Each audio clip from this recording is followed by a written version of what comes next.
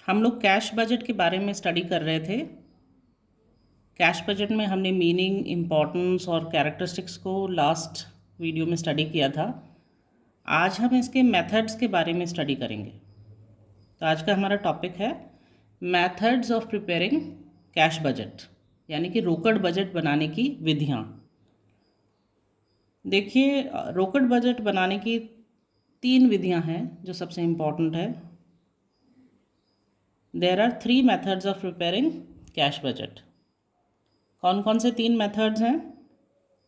उसमें फर्स्ट है receipts and payments method, प्राप्ति एवं भुगतान विधि। सेकंड है adjusted profit and loss method, जिसको समायोजित लाभ हानि विधि भी कहते हैं। और जो थर्ड मेथड है वो है प्रोजेक्टेड बैलेंस शीट मेथड, प्रक्षेपित चिट्ठा विधि। ऐसे तो ये तीनों ही मेथड बहुत इम्पॉर्टेंट है, लेकिन एग्जामिनेशन पॉइंट ऑफ व्यू से अगर हम देखें तो रिसिप्ट्स एंड पेमेंट मेथड सबसे इम्पॉर्टेंट मेथड है, और जो न्यूमेरिकल क्वेश्चन आने की संभावना होती है वो सबसे ज़्यादा रिसिप्ट एंड पेमेंट मेथड की ही होती है। अब मैं इन तीनों मेथड के बारे में एक एक करके आपको एक्सप्लेन करूँगी। सबसे पहले हम स्टडी करेंगे रिसिप्ट्स एंड पेमेंट मेथड, प्राप्ति एवं भुगतान विधि। देखिए, जो ये रिसिप्ट्स एंड पेमेंट मेथड है, प्राप्ति एवं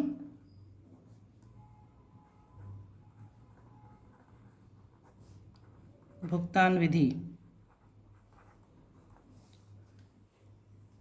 इसे हम कह सकते हैं कि यह विधि सबसे सरल है, सबसे सिंपल है मेथड है कैश बजट कैलकुलेट करने का, और सबसे पॉपुलर मेथड है। This is one of the simplest method, सबसे सिंपल मेथड है, पॉपुलर मेथड है ये। और जो एग्ज़ाम में क्वेश्चंस आते हैं वो इसी मेथड के सबसे ज़्यादा आते हैं। इस मेथड में करते क्या है, इस मेथड में ये है कि जो एक पर्टिकुलर टाइम पीरियड होता है, उस टाइम में हम रिसिप्ट्स कितना है वो देखते हैं और पेमेंट्स कितने हैं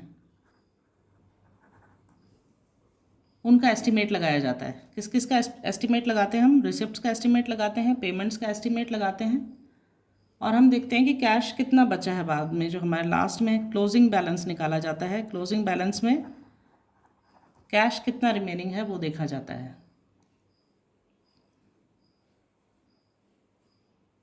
और जो इम्पोर्टेंट इन्फॉर्मेशन होती है रिसिप्ट एंड पेमेंट मेथड में, कैश बजट में जो भी इंफॉर्मेशंस की रिक्वायरमेंट होती है वो हम दूसरे बजट से लेते हैं उस इंफॉर्मेशन को। इस मेथड में कैश बजट को 2 पार्ट्स में डिवाइड किया जाता है। कौन से पार्ट होते हैं? एक तो होता है पोर्शन रिसिप्ट्स का, और दूसरा पोर्शन होता है पेमेंट्स का। रिसिप्ट्स यानी जो प्राप्तियां हैं, जो मिलती है, हमारे पास आता है कैश, और पेमेंट्स यानी जो जो पेमेंट किया गया है। तो हम इसे कह सकते हैं कि एक पार्ट में तो कैश रिसिप्ट्स को शो किया जाता है, कितना अमाउंट है और किस पीरियड में है, और जो सेकंड पार्ट है उसमें हम पेमेंट को शो करते हैं कि कितना पेमेंट किया गया है और किस पीरियड में किया गया है।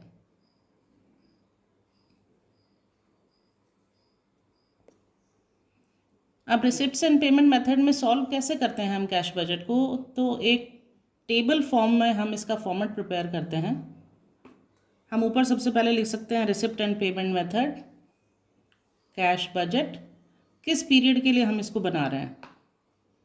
जैसे इसमें एग्जांपल लिया है मैंने, पीरियड फर्स्ट क्वार्टर ऑफ, आप ईयर लिख सकते हैं, 2020 है, 19 है, या क्वेश्चन में जो भी दिया गया है उसके अकॉर्डिंग। फिर हम क्या करते हैं, एक कॉलम में हम पर्टिकुलर्स लेते हैं और जो पीरियड है वो दिखाते हैं आगे। आपको किस मंथ के इंफॉर्मेशन दी गई है, जनवरी, फरवरी, मार्च है, या कोई भी हो सकता है, first quarter, second quarter, third quarter. यहाँ पे ज़रूरी नहीं है क्वार्टर ही लिखा हो, यहाँ पे मंथ्स भी हो सकते हैं, कोई भी पीरियड हो सकता है। तो हम सबसे पहले क्या करते हैं, बैलेंस लेते हैं। जो भी हमारा बैलेंस होता है, दिया गया होता है बैलेंस मंथ वाइज, सबसे पहले वो बैलेंस लिखते हैं यहाँ पर। बैलेंस में आपको क्या लेना है, आप बैलेंस बीडी भी लिख सकते हैं, या फिर आप ओपनिंग बैलेंस भी लिख सकते हैं। राइट। या तो आप बैलेंस BD लिख सकते हैं या फिर आप ओपनिंग बैलेंस कुछ भी लिख सकते हैं, दोनों में से आप एक चीज़ मेंशन कर सकते हैं। देखिए कैश क्या किया जाता है रिसिप्ट एंड पेमेंट मेथड में, इस टेबल में हम क्या फाइंड करते हैं, हम असली में डिटरमाइन कर रहे होंगे कि होते हैं कि what is the cash balance, cash balance हमारा क्या होगा। तो हम सबसे पहले रिसिप्ट शो करते हैं, उसके बाद हम कैश परचेजेस या पेमेंट्स कह सकते हैं वो शो करते हैं, और लास्ट में हम डिफरेंस शो करते हैं, रिसिप्ट्स एंड पेमेंट का डिफरेंस। रिसिप्ट्स को हम डिनोट करते हैं A से और पेमेंट्स को हम डिनोट करते हैं B से, और लास्ट में हम शो करते हैं closing balance A minus B। ये आ जाता है हमारा कैश बैलेंस। हम 1 बाय 1 सारे आइटम्स को स्टडी करेंगे कि रिसिप्ट्स में क्या क्या आते हैं और पेमेंट में क्या क्या आते हैं। सबसे पहले जो हमने लिखा है वो देखिए कैश सेल्स, यानी कि बिजनेस के अंदर जो सेल्स होती है उससे जो कैश अवेलेबल होता है उसको हम यहाँ मेंशन करेंगे रिसिप्ट्स में। इसको बहुत आसानी से कैलकुलेट किया जा सकता है क्योंकि सेल में कुछ पर्टिकुलर पार्ट होता है जो कैश में डील किया गया होगा, तो हम जो कैश सेल्स है उसका फिगर यहाँ लिख देंगे। लेकिन इसमें जो एक इम्पॉर्टेंट चीज़ आपको ध्यान रखनी है वो ये है कि क्या कैश सेल में कोई छूट मिली है, कोई डिस्काउंट वगैरह है, तो उसका ध्यान रखना है। फिर नेक्स्ट है कलेक्शन फ्रॉम डेटर्स, इसका एस्टिमेशन लगाना है और ये भी ध्यान रखना है कि जो हमने उधार दिया है उसको कलेक्ट करने में कितना समय लगेगा, ये भी इंस्टीट्यूशन को ऑर्गेनाइजेशन को ध्यान में रखना होता है। इसके लिए वो अपनी जो क्रेडिट पॉलिसी है या सेल्स की जो कुछ कंडीशंस है या कस्टमर्स की क्या कंडीशंस है, क्या ट्रेडिशंस फॉलो किए जा रहे हैं, उन सब चीज़ों का ध्यान रखना होता है। नेक्स्ट हम क्या देखते हैं, issue of shares and debentures. जो कैश रिसिप्ट्स हुए हैं हमें कैपिटल ट्रांजैक्शंस से, उसको भी हम रिसिप्ट्स में ही लेते हैं। इसमें हमें शेयर्स है या डिबेंचर्स है उनको इशू किया है, या फिर कोई फिक्स्ड असेट्स हैं उनको सेल किया है, या कुछ इन्वेस्टमेंट से कुछ कैश प्राप्त हुआ है, वो सारी चीज़ें हम यहाँ पर लेते हैं। लॉन्ग टर्म और शॉर्ट टर्म जो लोन्स है उससे अगर कोई चीज़ हमें प्राप्त हुई है, रिसिप्ट हुआ है, तो उसको भी हम यहाँ पर मेंशन करते हैं। तो देखिए रिसिप्ट्स में हमने क्या क्या लिया, कैश सेल्स को लिया, collection from debtors, shares debentures अगर इशू किए हैं उससे जो कैश रिसिप्ट है वो है, और अगर फिक्स्ड असेट्स है या कोई इन्वेस्टमेंट्स है जिनको सेल किया है और सेल से कोई कैश हमें मिला है, तो वो सारी आइटम्स हम रिसिप्ट्स में शो करेंगे और उसका टोटल कर लेंगे। पीरियड वाइज हमें कैलकुलेट करना है, अगर मंथ्स दिए हैं तो मंथ वाइज, क्वार्टर दिया है तो क्वार्टर के अकॉर्डिंग हमें लिखना है। फिर जो नेक्स्ट इंपॉर्टेंट चीज़ आती है वो है कैश परचेजेस, या फिर हम इसको कह सकते हैं पेमेंट्स। आप सिंपल लैंग्वेज में पेमेंट्स लिख सकते हैं, वो ज़्यादा आसान रहेगा आपके लिए। रिसिप्ट्स आपने शो कर दी, then you can show the payments.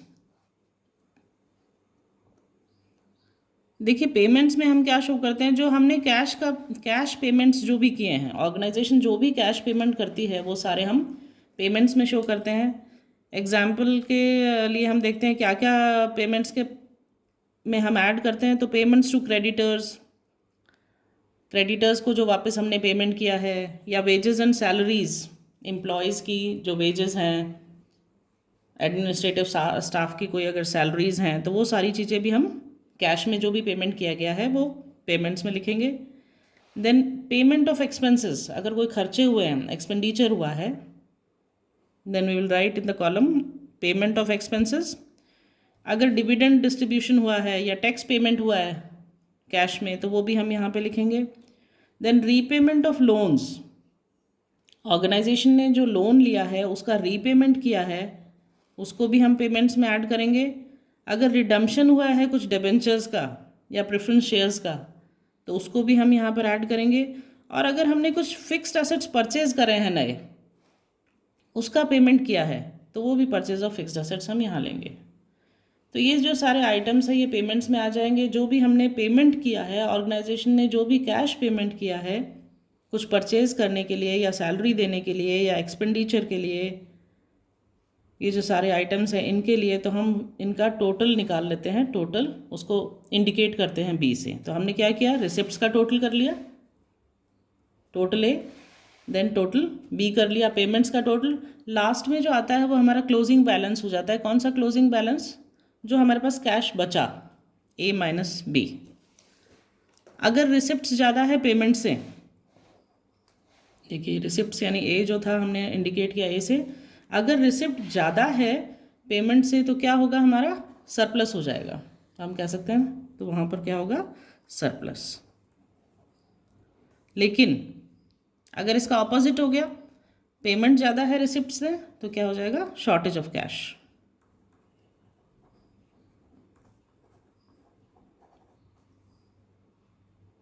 तो ये दो सिचुएशंस होगी। तो जब हमारा सरप्लस आता है, यानी कि रिसिप्ट ज़्यादा हो जाती है पेमेंट से, सरप्लस कैश अवेलेबल है, तो ऑर्गेनाइजेशन क्या कर सकती है, ऑर्गेनाइजेशन एक प्रॉफिटेबल इन्वेस्टमेंट कर सकती है। उसी तरह अगर शॉर्टेज ऑफ कैश है तो वो कुछ अलग अलग सोर्सेस की से अरेंजमेंट कर सकती है कि उनके ऑर्गेनाइजेशन को भी कैश मिल सके। तो इस तरह रिसिप्ट एंड पेमेंट मेथड में कैश बैलेंस या क्लोजिंग बैलेंस फाइंड आउट किया जाता है, और मैनेजमेंट को एक हेल्प मिलती है। अगर सरप्लस होता है तो सरप्लस कैश को यूज़ कर सकते हैं इन्वेस्टमेंट्स में, शॉर्टेज होता है तो वो अलग सोर्सेज, जो डिफरेंट सोर्सेज ऑफ फाइनेंस है, वहाँ से अपना कैश अवेलेबल करा सकते हैं। नेक्स्ट मेथड हमारा है adjusted profit and loss method, समायोजित लाभ हानि विधि। इस adjusted profit and loss method को कैश फ्लो स्टेटमेंट के नाम से भी जाना जाता है। अब इसे adjusted profit and loss method क्यों कहते हैं? जैसे आपको नाम से पता चल रहा है एडजस्टेड, तो profit and loss method adjusted क्यों कहते हैं? एडजस्टेड के पीछे एक कारण है, क्योंकि इसमें क्या होता है, जो बजट पीरियड है उसके अंदर जो एस्टिमेटेड प्रॉफिट्स होते हैं उसमें कितना कैश इनफ्लो हुआ है, कितना कैश आउटफ्लो हुआ है, उनको जो भी आइटम्स इफेक्ट करते हैं उनका एडजस्टमेंट किया जाता है। एडजस्टमेंट करके कैश में चेंजेस किए जाते हैं, इस वजह से इसको कहते हैं adjusted profit and loss method. तो adjusted profit and loss method में हम क्या करते हैं, सबसे पहले लेते हैं ओपनिंग कैश बैलेंस को, फिर इनमें कुछ आइटम्स को जोड़ा जाता है, ऐड किया जाता है, और कुछ आइटम्स को डिडक्ट किया जाता है। अब वो कौन कौन से आइटम्स हैं जिनको हम ऐड करेंगे? कुछ नॉन कैश आइटम्स होते हैं जिनको हम ऐड करते हैं इसके अंदर। इसके अलावा अगर असेट्स में कुछ डिक्रीज हुआ है, right, if there is any decrease in asset तो हम ऐड करेंगे, और अगर लाइबिलिटी में कुछ इंक्रीमेंट हुआ है, इंक्रीज इन लाइबिलिटी, तो हम उसको ऐड करेंगे। क्या क्या चीज़ें ऐड करेंगे हम? नॉन कैश एक्सपेंसेस जितनी भी है वो, एसेट्स में अगर कोई डिक्रीज हुआ है या लाइबिलिटीज़ अगर इंक्रीज हुई है तो वो सब चीज़ें हम ऐड करेंगे। तो देखिए इस परफॉर्मा में मैंने आपको कुछ आइटम्स दिखाए हैं।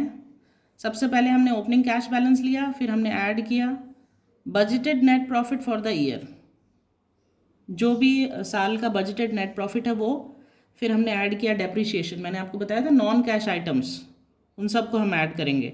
तो डेप्रीशिएशन हो गया, राइट ऑफ पेटेंट्स, गुडविल्स हो गई।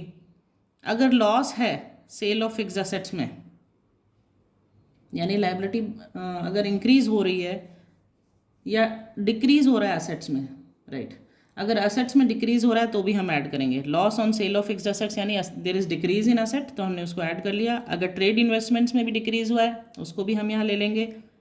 If there is any addition to reserves, reserves में कुछ एडिशन हुआ है तो हम ऐड कर लेंगे।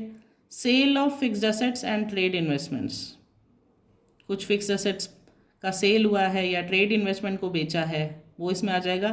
डिक्रीज इन करंट एसेट्स, अगर करंट एसेट्स में कुछ कमी आई है उसको भी हम ऐड करेंगे, लेकिन इसमें कुछ चीज़ें हैं जिसको छोड़नी है। वो क्या है? Except cash and bank, cash और बैंक को हम यहाँ नहीं लेंगे।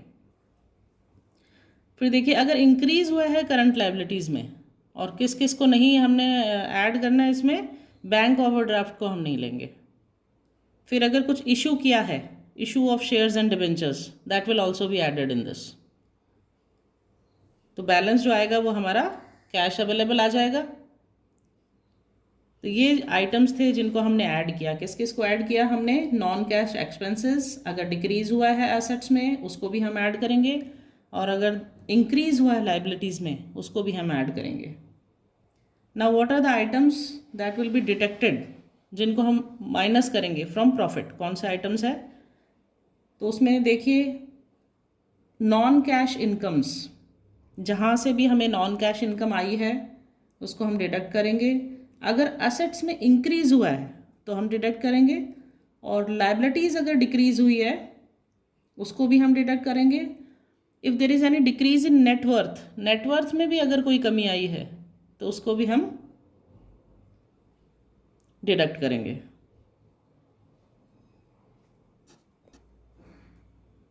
तो देखिए क्या क्या हम डिडक्ट कर रहे हैं।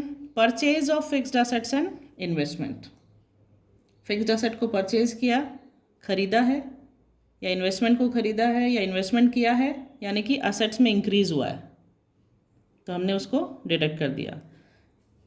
If there is any redemption हुआ है प्रेफरेंस शेयर्स एंड डिबेंचर्स का, उसको भी हम ऐड कर देंगे। डिक्रीज़ इन करंट लाइबिलिटीज़, करंट लाइबिलिटीज़ में अगर कुछ डिक्रीज़ हुआ है लेकिन उसमें हम बैंक ओवरड्राफ्ट को नहीं लेंगे। और if there is any increase in current assets, अगर करंट एसेट्स में कुछ ऐड ऑन हुआ है उसको भी हम लेस करेंगे, लेकिन क्या चीज़ हम नहीं लेंगे? कैश एंड बैंक को। फिर अगर ऑर्गेनाइजेशन ने डिविडेंड पे किया है, पेमेंट ऑफ डिविडेंड किया है, तो that also will be deducted, उसको भी हम माइनस करेंगे। तो अवेलेबल कैश में से इसको हमने माइनस कर दिया इन सारे आइटम्स को, तो जो आया हमारा उसे हम कहेंगे क्लोजिंग कैश बैलेंस। तो इस तरह से adjusted profit and loss method में हम कैश बैलेंस का पता लगा सकते हैं।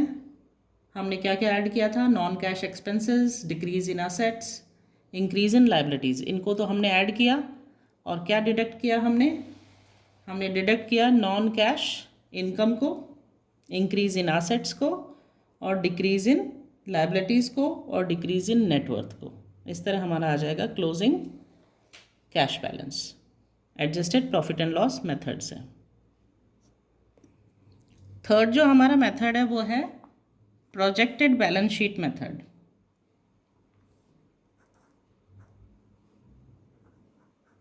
प्रोजेक्टेड बैलेंस शीट मेथड, इसे हम हिंदी में कह सकते हैं प्रक्षेपित चिट्ठा विधि।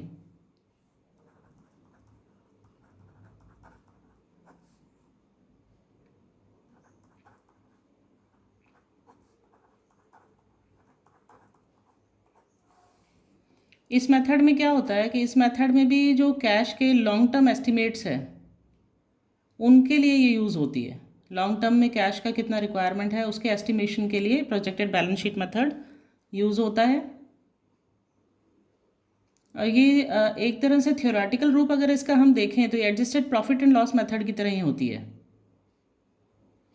इस मेथड में क्या किया जाता है, जो बजटेड पीरियड है उसमें हम कैश को तो छोड़ देते हैं, और जो बाकी बैलेंस शीट के जो आइटम्स है, कैश को छोड़ करके जो बाकी बैलेंस शीट के आइटम्स है, जो असेट्स है, लाइबिलिटीज़ है, उनका एस्टिमेट लगाया जाता है। और अगर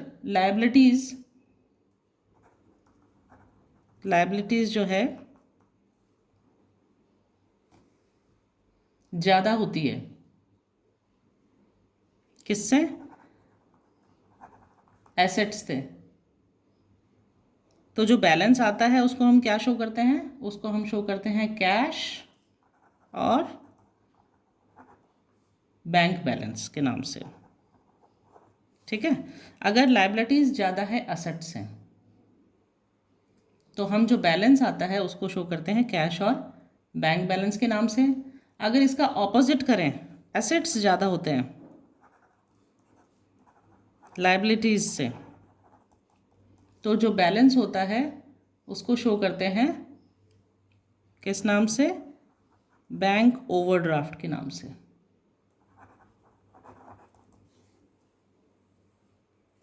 तो ये है प्रोजेक्टेड बैलेंस शीट मेथड। इस तरह से मैंने आपको 3 मेथड के बारे में बताया। कौन कौन से 3 मेथड थे? Receipts and payment method, adjusted profit and loss method, and projected balance sheet method. जो एग्ज़ाम में न्यूमेरिकल क्वेश्चन आने की पॉसिबिलिटी होती है वो सबसे ज़्यादा रिसिप्ट्स एंड पेमेंट मेथड की होती है। और सेकंड अगर इम्पॉर्टेंट देखें तो adjusted profit and loss method. बाकी अगर आपको थियोरेटिकल क्वेश्चन पूछा जाता है what are the various methods of calculating the cash budget, तो आप इन तीनों मेथड को एक्सप्लेन कर सकते हैं और इनका परफॉर्मा प्रिपेयर करके शो कर सकते हैं।